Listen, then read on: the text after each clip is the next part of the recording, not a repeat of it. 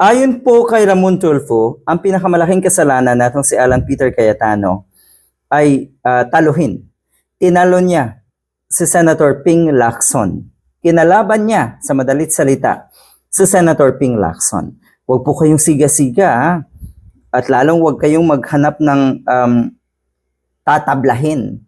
Diba? Pupuntiryahin. Pinuntirya na ito si Senator Ping, si Alan Peter Cayetano, si Senator Ping Lacson. Ito lesson sa ating lahat. Kung alam nyo sa sarili nyo na marami kayong baho, nako, wag na wag kayong, or tignan nyo mabuti kung sino yung pupuntiryahin nyo. Siguraduhin nyo mas maraming baho sa inyo yon. Kung hindi, katulad ng nangyari kay Alan Peter Cayetano, abay mas maraming kawalang hiyaan etong si Alan Peter Cayetano kumpara naman siguro kay Senator Ping Lacson.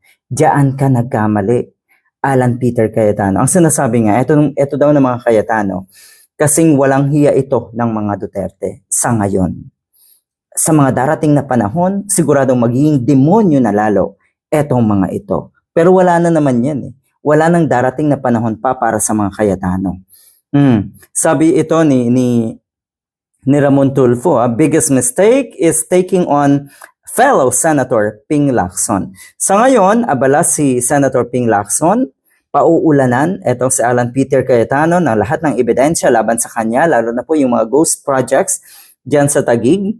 At kahit nga yung kapatid natong si Alan Peter Cayetano ay nag-initiate na rin na ipaimbestigahan yung kawalang hiyaan ng kanyang kapatid dyan sa Taguig. Ito pa, malapit na rin ipresenta na Senator Ping Lacson kung sino yung bagman natong si Alan Peter Cayetano, alleging 25% kickback sa lahat ng proyekto dyan sa Taguig. Nako po,